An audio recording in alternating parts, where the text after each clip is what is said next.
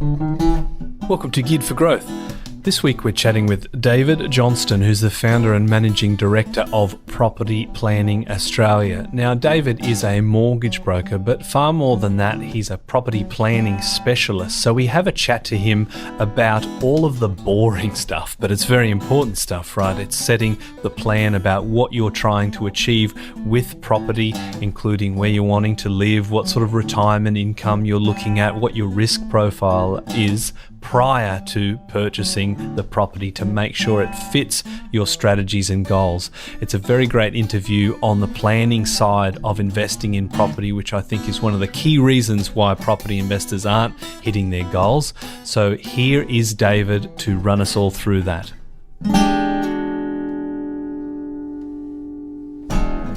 David Johnston, thank you for joining me on Geared for Growth. My pleasure, Mike. Thanks for the invitation. A pleasure on this end as well, mate. Been looking forward to having you. But for people that haven't heard of you before, David, can you kick us off by letting us know who you are and what you specialise in? Yeah, sure. So my company is Property Planning Australia. We've been around for 15 years and one of the first companies to provide independent property advice way back in 2004. And we had buyer's agents back then in-house before most people knew what a buyer's agent was. We've evolved a lot over that journey, and today we specialise in developing property plans for people, strategic mortgage broking, and property selection support. Within that, also assisting people with money management as well. Beautiful. I'm looking forward, with all due respect to buyers agents, having someone from a company that doesn't have any on the staff. We've had quite a run, actually. Right. Yeah. Yeah, well, we intentionally don't have buyer's agents because we see that as a real point of differentiation and independence for us. So, yeah. Now, what about growing up, David? What posters were on the bedroom wall when you were a youngster? Yeah, mate, you made me think back. You're not that old. I mean, come on. I'm starting to get older. Yeah, look, it was a mix of, I suppose, sport, surfing and music on my walls. Yeah, I think sort of towards my later teenage years, or the walls were fairly covered. And how much sport, surfing and music do you get into these days? The surfing's definitely fallen away since having kids, but I still play and a fair bit of, keep active with sport and enjoy music, but certainly don't listen to as much as I once did. Yeah, I think the best of Billy Joel's getting a fairly good run at the moment. There you go. That's the inside tip.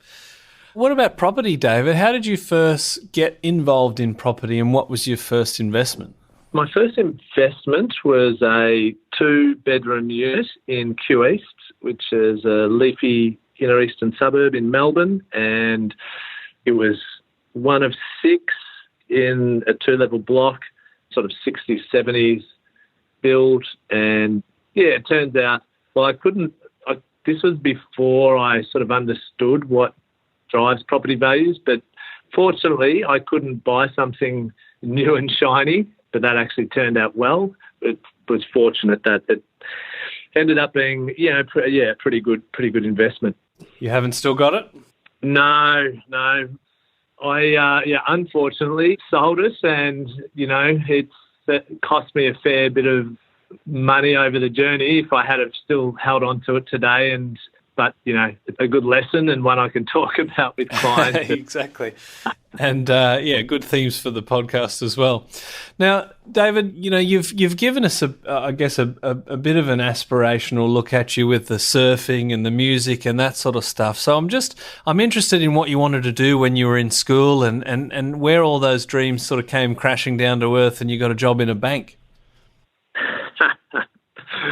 Well, they obviously came crashing down at some point along the journey. But to be honest, I was pretty excited to be getting a job in the bank.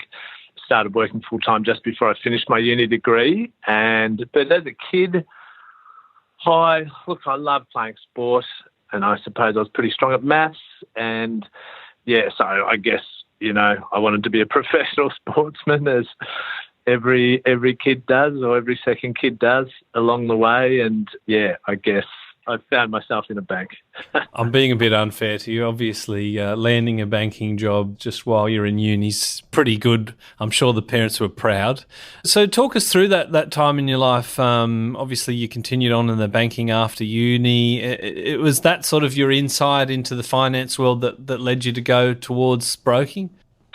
Yeah, so I ended up being 3.5 years at one of the big four, and actually through a friend who I played football and cricket with, another guy who we played cricket with had a pretty successful insurance business, and he was looking for someone to set up his mortgage broking arm. And I was 23 at the time, and I wanted to learn from successful people, and this opportunity arose, and I thought I'd have a go. And that was way back in 1999 when, no one knew what a mortgage broker was, but it sounded like there was, a lot of scope for growth in the industry. And yeah, so I think my parents probably weren't quite as excited about that decision and leaving the safety of a bank as they were when I landed the job with the bank. But I thought, it was worth taking a risk. I was relatively young, and yes, I really didn't know what I was getting myself into.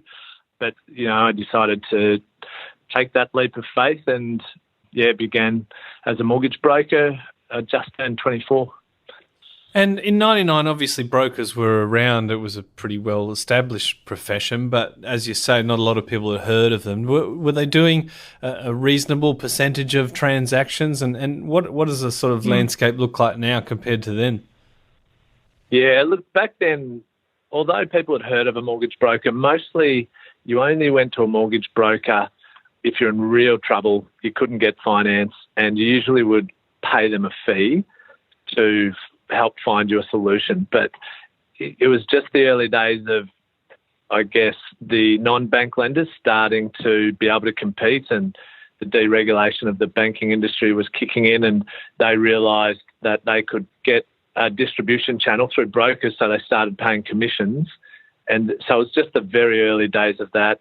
I think it was probably somewhere around only 1% to 3% of all mortgages back then were done through brokers, whereas now, it's up around 60% of all mortgages. Yeah. So it's very, very different. And obviously, you're a property nerd, if you don't mind me saying. Were you interested in the broking sort of stuff because of the property aspect, or did the property sort of analysis and asset selection stuff come subsequent to the broking work? Yeah, it probably came after that. I guess one thing I was always motivated to do was to learn how to understand how to manage my own money and invest my money successfully, and that was probably my primary motivator. But I went banking to mortgage broking, and then I started. It just became really clear I was getting as many questions about property, give or take, as mortgage advice, and so then that piqued my interest in the journey of becoming a property nerd. And we're going to dive into that for sure. But just sticking with finance, it'd be remiss of me not to sort of talk about some of the headlines. We've had a real sort of drop off in the last 12, 24 months with investor lending. There's been a couple of big changes with APRA. We've had Westpac versus ASIC just sort of semi-recently, but I guess it'll be, it's almost old news, let alone when this podcast comes out. But can you run us through the key sort of milestones of what's happened in the finance world in the last little while?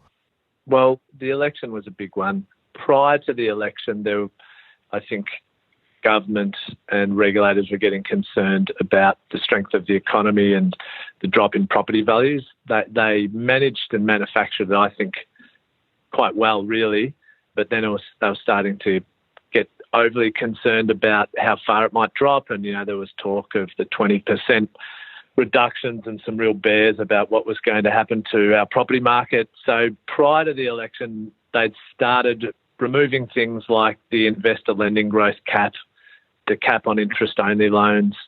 So there were already some, I guess, mechanisms being taken away to make it easier to borrow money again. And then, well, as we all know, the Liberals won the election and things really started to ramp up from there. Then the RBA has reduced rates twice in the last couple of months, few months. The APRA, a huge one that has just happened in the last month or so, with the APRA benchmark assessment rate dropping right from low 7% down to 5.5% as a minimum. So that is not that everyone borrows to their maximum capacity, but the, I guess, area where most, middle income people can afford to buy, that's where we'll see the most movement, and that's where there's the most stock. So I do think it'll have the greatest impact on property values. So that's occurred, and I still think that's just early days of playing out. So then if you flow down from that, we've seen CoreLogic's property values over the last 3 months. So we're just, as we're recording, this is the 2nd of September. So June, July, August, Melbourne and Sydney have started to rise. In fact, August has seen all three of those months. August has seen Melbourne and Sydney have a jump around Sydney 1.57% and Melbourne 1.4%. So if we extrapolate those out, that's an annual growth rate of 18.84%. Right. And 16.8% for Melbourne. So I don't think we're going to see growth to that level, but the auction clearance rates at 70 to 80%. The 5 capital city index just jumped over 1%. Extrapolate that out, it's 12%. SQM Research have just come out and said they could feasibly see properties growing by 10% over the next 12 months. So there's certainly a lot of upward pressure. It's a bit sort of weird on the back of the listing volumes and things though, right? I mean, obviously people are holding off listing their property for the spring selling season, and no one wants to put their house on the market when they feel like there's, it's really dampened. So we should probably see that maybe a little bit more as a blip, and as more property comes on, the clearance rates maybe soften a little bit, and we have maybe more sort of in the 5% year-on-year growth. Do you think? Yeah, I'd surmise that, and wrote a blog in the last month or two, that I could see an increase by 5% and maybe a reasonably rapid increase. I guess we've already had 1.5% to 2% now in those 3 months, but I don't know. Yeah, certainly extra stock, how much that changes the animal spirits, if you like, that might be starting to build back into the property market. I do think it'll run out of steam because, we are quite an indebted nation, in terms of our mortgage debt as consumers. So I think it'll hit a level, whatever that level is, and then it'll stay pretty steady for a period of time. That's my read. But yeah, what do you think? Well, yeah, I think, as you say, there's going to be some modest growth. I would think there's obviously been some pent-up demand because transaction volumes haven't been doing anything. And in my experience, people don't sort of suddenly not want to buy a property. It's just the timing isn't right or the finance isn't there and that sort of thing. So, yeah, I'm expecting it to be a positive year, double digits.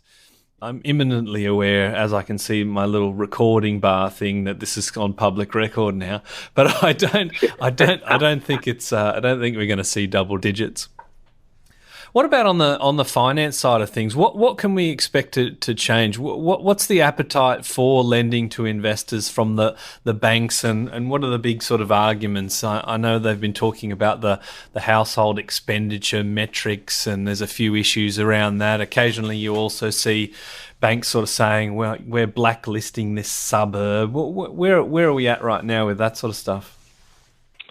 Well, Westpac just won their case with ASIC that the household expenditure measurement, which is based on, I guess, a minimum estimate of living costs that someone would be able to live off if need be, to ensure they meet their mortgage repayments. They won the case that it is reasonable for a lender to use that as part of the tool for assessing how much someone can borrow. And I made some notes.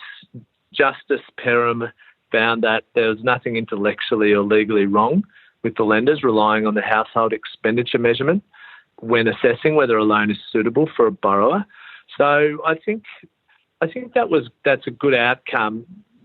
Basically, the lenders are asking for a detailed understanding of living expenses, certainly from brokers, every single time. It would seem as though maybe sometimes the loan product sales staff are not doing it based on this case, but it's certainly a requirement every single time. And so I think lending is as rigid and strict as I've ever seen it in 2 decades, and I don't see that changing. The benchmark rate has come down, so that means people can borrow more money. But I think the rigidity of how they're assessing loans, I don't see that changing a lot. Yep. And I think it would be nice to have, I guess, a little bit more of a stable environment. I know that people like yourself have had to navigate these issues, and it's been a tough time, especially with some of the rhetoric leading up to the election, with the trails and all that sort of stuff. Let's move to the property side of things. You mentioned that sort of the property analytics came a little bit after getting into the finance sort of thing, but I'm assuming that after a few transactions, people are asking you questions about property and what you should buy and that sort of thing. Where did sort of the idea to move to creating property plans as part of your business come from? It just evolved organically through trying to explore what drove property values. And it moved from, okay, well, what drives property values? I'm not really sure. People want to know, so let me try and understand that. And then it sort of worked backwards to, well, people actually want to plan for their property decision making, because it's not just always, there's a lot of decisions to make even before you get to the point of determining what asset you're going to buy, such as, well, what is the price range I can afford? Is my next decision going to be a home or investment property, and why? And if it is one or the other, how does that impact my future property decisions? And so then I started to see that people had all these other questions that even came before deciding on which property to buy. And there was, as I discovered, there was no industry set up to help people make and work through those decisions, because the property industry was unregulated and the financial planning industry basically was not able to give advice on property, so really steered clear of it. I think if there is any theme of this podcast, it's probably a bit difficult to tie any sort of unifying theory, but I guess we do like to talk about having a plan and having the property fit the plan, rather than just talking about the property. I talk about, the veggies and the dessert sort of thing. So the dessert or the ice cream is the actual property, the area, the hot spot, if we want to get sensational about it. But having the veggies before you have the sweet stuff is the plan. You're here because you're a veggies man, right? Because that I think is interesting, and I think that's what people need. As much as it's not as exciting to talk about, or take your date out for a bowl of greens. It's much more important than the sugar rotting stuff of where the mining towns are and that sort of stuff. What are the veggies, and how do we go about the plan, and what are some of the bones behind creating a strategy? Yeah, well, I like your analogy, by the way.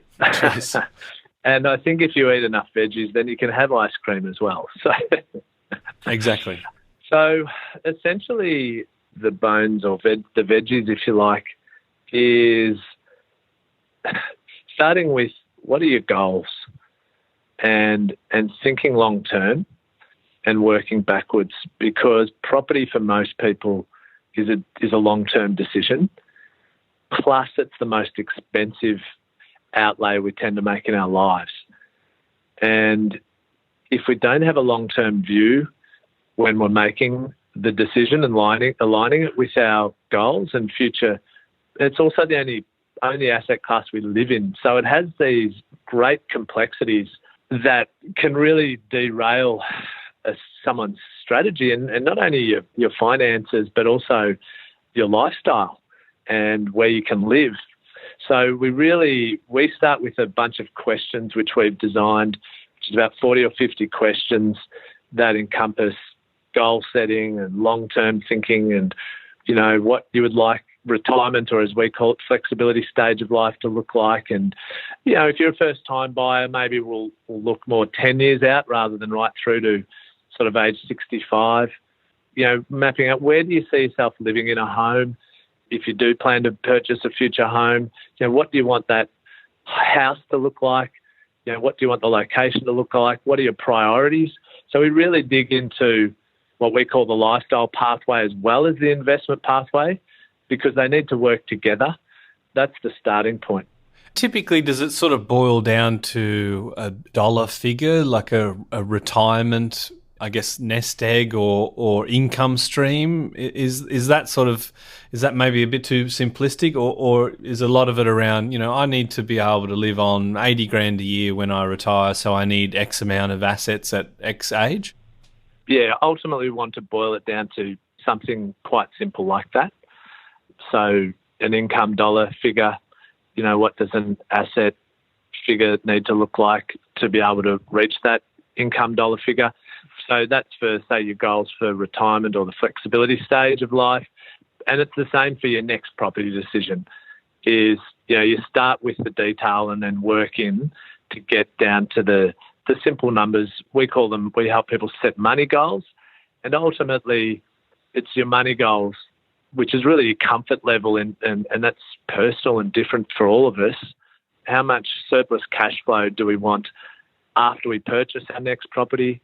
And how much available funds, cash redraw do we want to have access to, and do we feel comfortable with so we can have a good night's sleep after our next property purchase? And really that determines the price point rather than what a lender will tell me I can borrow. And, and the reality, we help people figure out, okay, what is their actual surplus cash flow? We review how they manage their money currently. We review their mortgage strategy and give them guidance on how to set up a money management system, set up their mortgage strategy, work through whether the next decision makes sense to be the home or investment, and, the price range driven off the money goals. And that's quite a process and journey, and that process can take a number of weeks, and we provide a number of reports along that journey. And so it really is a process of working down to what ultimately ends up being, I guess, the ice cream, the selection strategy. But you need to get into that detail and to then come to the simplicity, if you like, at the end of it.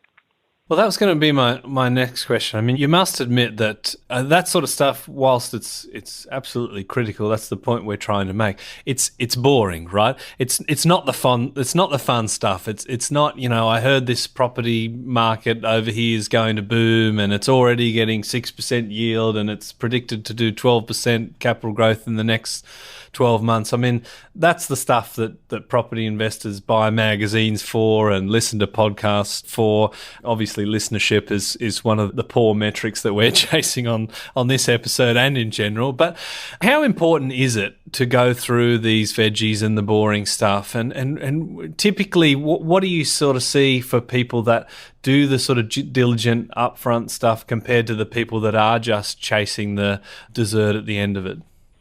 I think things like hot spotting and the dessert, they're short-term outcomes or views, and I think often when we're looking short-term, that's when we make our mistakes. And not always, but often that's where the spruikers or the dodgier operators are going to play in as well, because it's more about marketing and spruiking and hype. Yeah, there's more danger in that space, and the better you plan, you don't need to plan to the point that you have paralysis by analysis, but these are huge decisions for most people, not only financially, but also where you're going to raise your family, and possibly live for a long time as well as investing. So I think it absolutely makes sense to do that due diligence and analysis and get yourself set up so that you can make decisions with great confidence. And from what definitely my experience is that the people who tend to get the best outcomes are more diligent in working through the veggies process. Yeah. You mentioned the veggies process, that sort of 40 or 50 questions that you run through.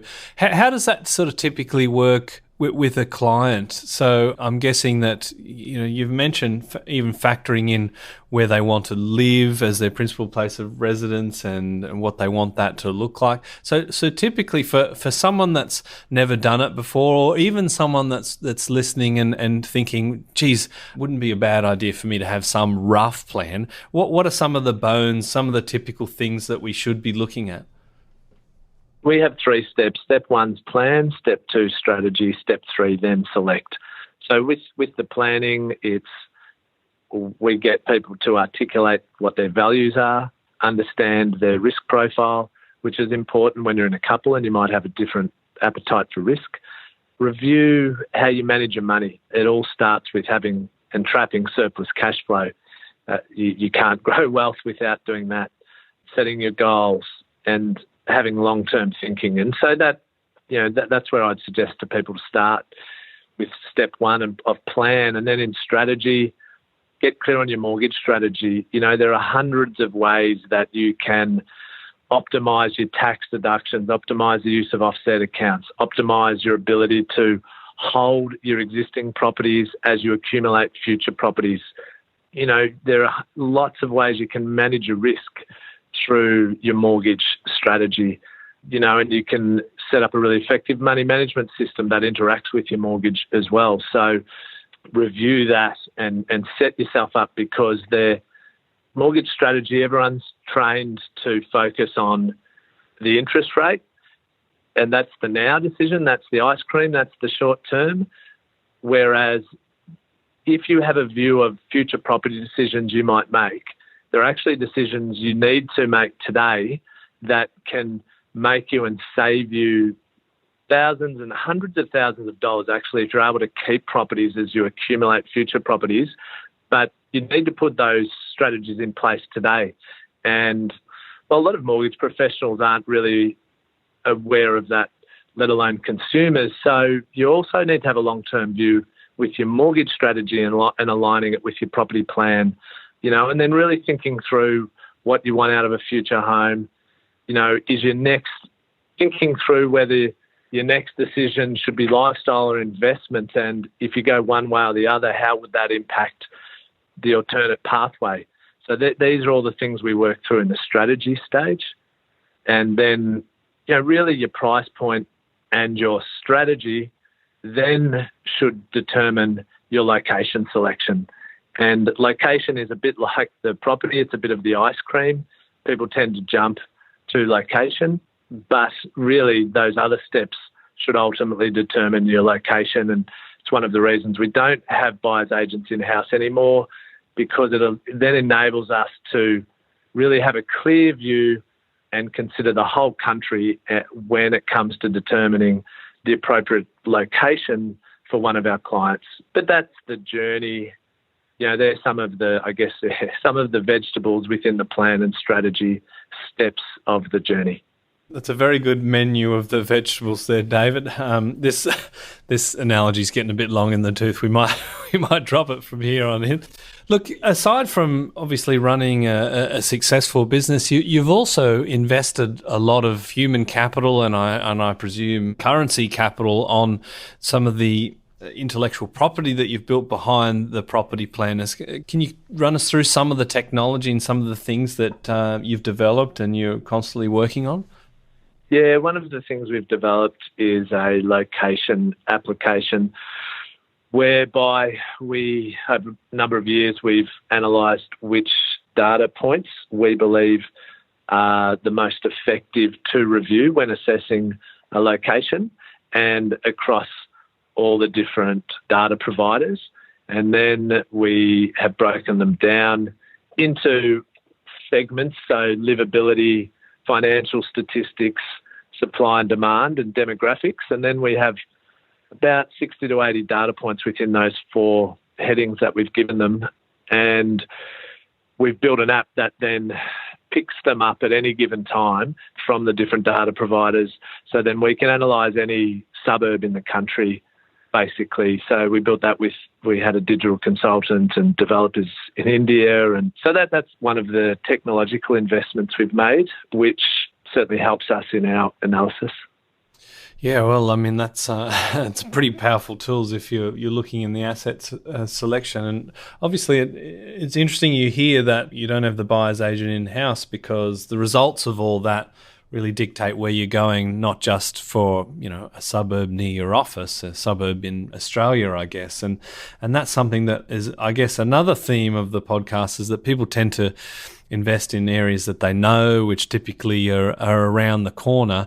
And it sort of leads me into a question I wanted to ask you about investor psychology. I mean, you mentioned that this is a pretty important outlay in investment property, or the property that we live in. It's likely to be our biggest investment. Why do you think we're so willing to spend hundreds of thousands on an investment property with a bit of a, not much more than a vague idea that it's going to grow in value, and that buying an investment property is inherently a good thing for sort of financial, setting up for our financial future?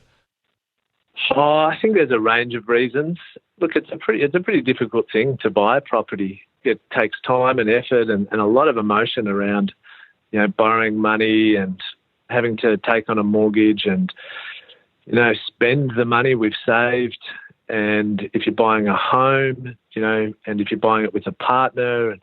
So there's a lot of emotional capital, if you like, that goes into the process. And so I think that to get it done means that emotional baggage of trying to buy a property is out of the way. And I think that can be a reason why we can make property decisions sometimes that are quite hasty, and we haven't done the analysis into why or how or the financial outcomes proportionately to what we might, buying a car or, buying some furniture. So it's a really good point. I think that if you just sort of had a piece of paper and you had 2 people side by side, and one owned their house outright and the other couple owned their house outright and an investment property, people would objectively say, well, couple number 2 are winning in the financial race, right? But that could be an asset that's costing them money, or they haven't set up properly and they're likely to have to sell before they realise any capital gains. But it does sort of seem like if you buy one property, or I spoke recently about this sort of race to get 10 properties. It's this massive milestone for so-called successful investors to get to 10, and they just must have won the investment game if they've got 10 properties. But of course, they're not all created equal, right? No. Yeah, exactly. And I like to say we want to help you buy as few properties as required to meet your goals. More classical David Johnston boring advice. We want you to buy less. We want you to eat your veggies. But it just happens to be that often the most sort of sensible and obvious and boring advice is really the golden stuff we're talking about in an asset class that is a long-term play, right? Oh, I think so.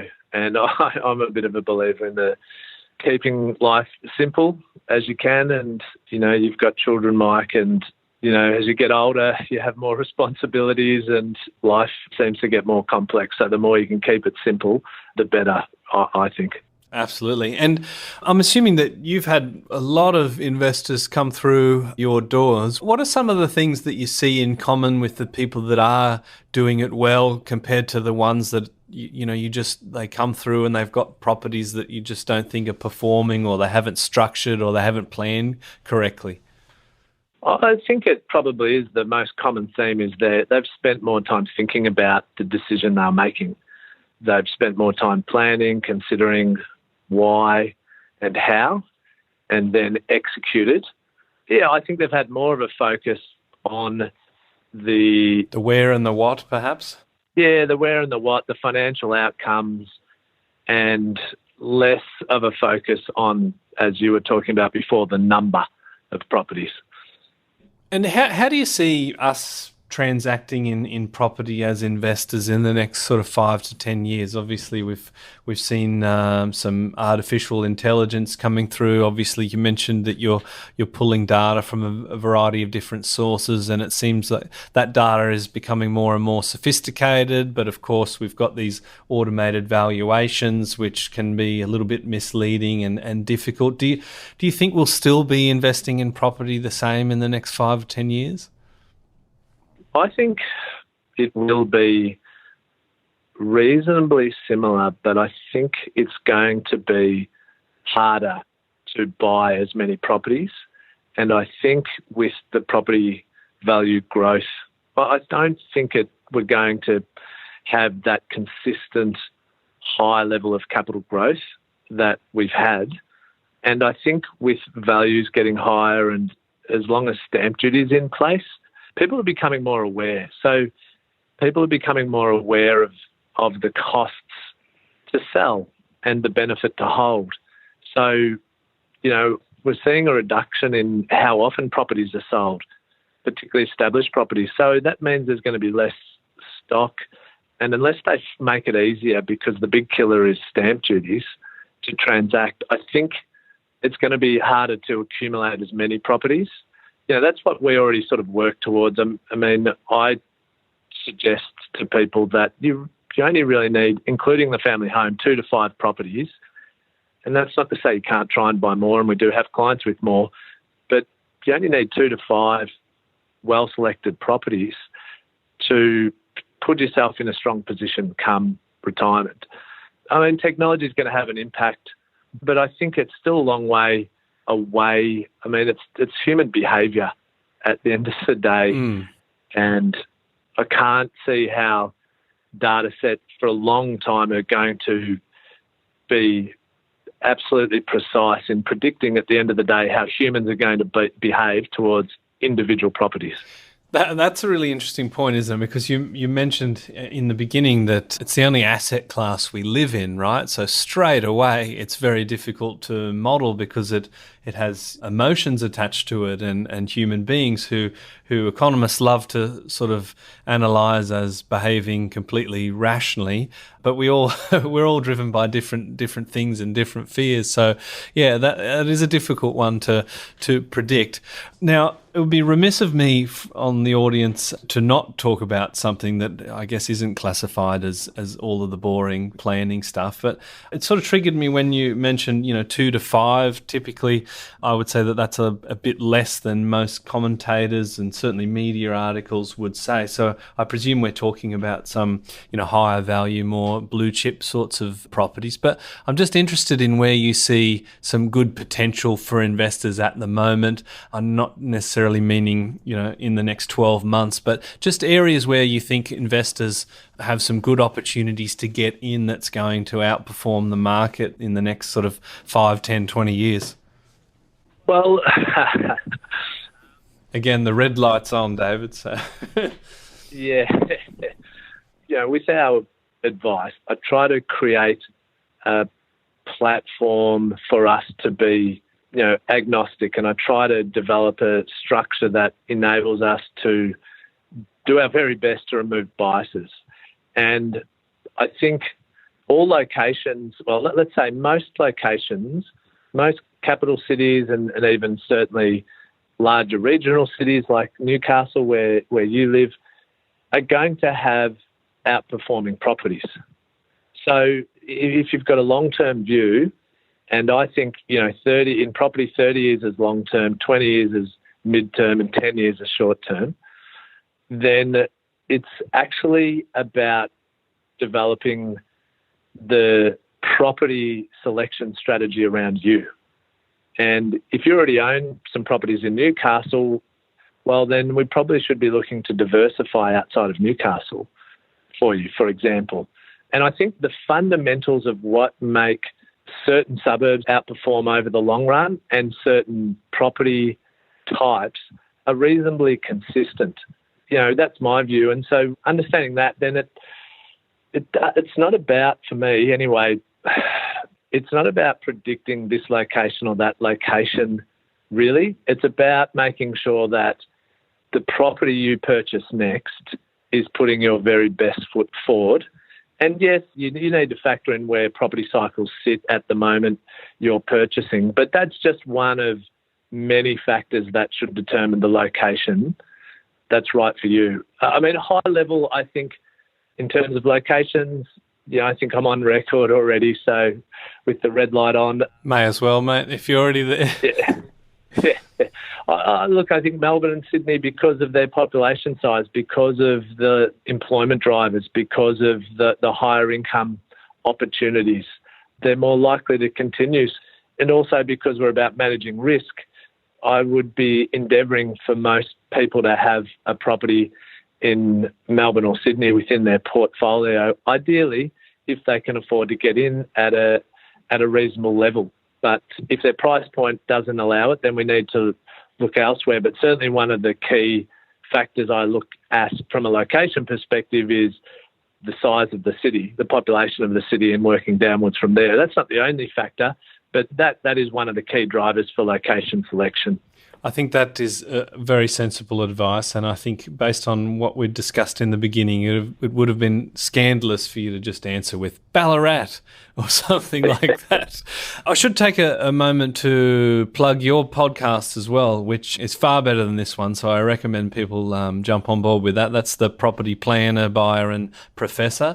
Available in all good iTunes, whatever's right now. I won't agree with you. That's far better than this one, by the way. But the audio quality, at least, given your studio Yeah. nature, mate, we've got to give you that gong. But for people that are wanting to get in touch with you outside of the podcast, how does a conversation with yourself, if they're looking for your services, generally start, and how do they find you? Yeah, so we've got our website, propertyplanning.com.au. They can reach me on LinkedIn.